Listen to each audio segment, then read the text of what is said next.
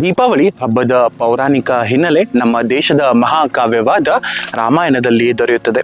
ಶ್ರೀರಾಮನು 14 ವರ್ಷದ ವನವಾಸವನ್ನ ಮುಗಿಸಿ ರಾವಣನನ್ನ ಸಂಹರಿಸಿ ಮರಳಿ ಅಯೋಧ್ಯೆಗೆ ಬಂದಾಗ ಅಲ್ಲಿನ ಜನರು ಆತನ ವಿಜಯದ ಸಂಭ್ರಮಾಚರಣೆಗೆ ದೀಪಗಳನ್ನಿಟ್ಟು ಶ್ರೀರಾಮನನ್ನ ಸ್ವಾಗತ ಮಾಡಿಕೊಳ್ಳುತ್ತಾರೆ. ಈಗಲೂ ಕೂಡ ಉತ್ತರ ಭಾರತ ಮತ್ತು ಪಶ್ಚಿಮ ಭಾರತದಲ್ಲಿ ಶ್ರೀರಾಮನ ಆಗಮನದ ಮತ್ತು ಸತ್ಯದ ಗೆಲುವಿನ ಸಾಂಕೇತಿಕವಾಗಿ ದೀಪಾವಳಿಯ ಹಬ್ಬವನ್ನ ಆಚರಿಸಲಾಗುತ್ತದೆ. ದಕ್ಷಿಣ ಭಾರತದಲ್ಲಿ ದೀಪಾವಳಿ ಹಬ್ಬವು ಶ್ರೀಕೃಷ್ಣನ 2 ಕಥೆಗಳಿಂದ ಸ್ಫೂರ್ತಿ ಪಡೆದಿದೆ. ಒಂದು ಕಥೆಯ ಪ್ರಕಾರ ನರಕಾಸುರನೆಂಬ ರಾಕ್ಷಸ ಸಾವಿರಾರು ಮಹಿಳೆಯರನ್ನ ಬಂಧಿಸಿದಾಗ ಶ್ರೀಕೃಷ್ಣ ಮತ್ತು ಸತ್ಯಭಾಮೆ ಆತನನ್ನ ಸಂಹರಿಸಿ ಸಾವಿರಾರು ಮಹಿಳೆಯರನ್ನ ಬಿಡುಗಡೆ ಮಾಡಿದರು. ಹೀಗಾಗಿ ಆ ದಿನವನ್ನ ನಾವು ನರಕ ಚತುರ್ದಶಿ ಅಂತ ಆಚರಿಸುತ್ತೇವೆ.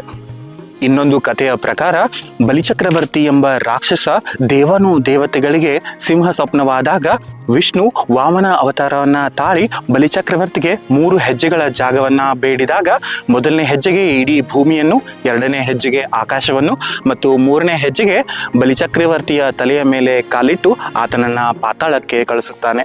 ಹೀಗಾಗಿ ಆ ದಿನವನ್ನ ನಾವು ಬಲಿಪಾಡ್ಯಮಿ ಅಂತ ಆಚರಿಸುತ್ತೇವೆ. ಜೈನರು ದೀಪಾವಳಿ ದಿನದಂದು ಮಹಾವೀರನು ನಿರ್ವಾಣ ಪಡೆದಕ್ಕೆ ಆಚರಿಸಿದರೆ, ನೇಪಾಳದ ನೇವಾರ ಬುದ್ಧರು ದೀಪಾವಳಿ ದಿನದಂದು ಅಶೋಕನು ಬೌದ್ಧ ಧರ್ಮವನ್ನ ಸ್ವೀಕರಿಸಿದ ನೆನಪಿಗೆ ಆಚರಿಸುತ್ತಾರೆ.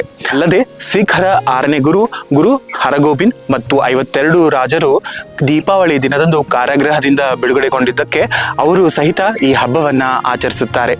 ಹಬ್ಬವೊಂದೇ, ಹಲವು ವೈವಿಧ್ಯತೆಗಳು, ಕೆಲವು ಆಚರಣೆಗಳು, ಆದರೆ ಭಾವ ಮಾತ್ರ ಒಂದೇ. ತಮಗೆಲ್ಲ ದೀಪಾವಳಿ ಹಬ್ಬದ ಹಾರ್ದಿಕ ಶುಭಾಶಯಗಳು.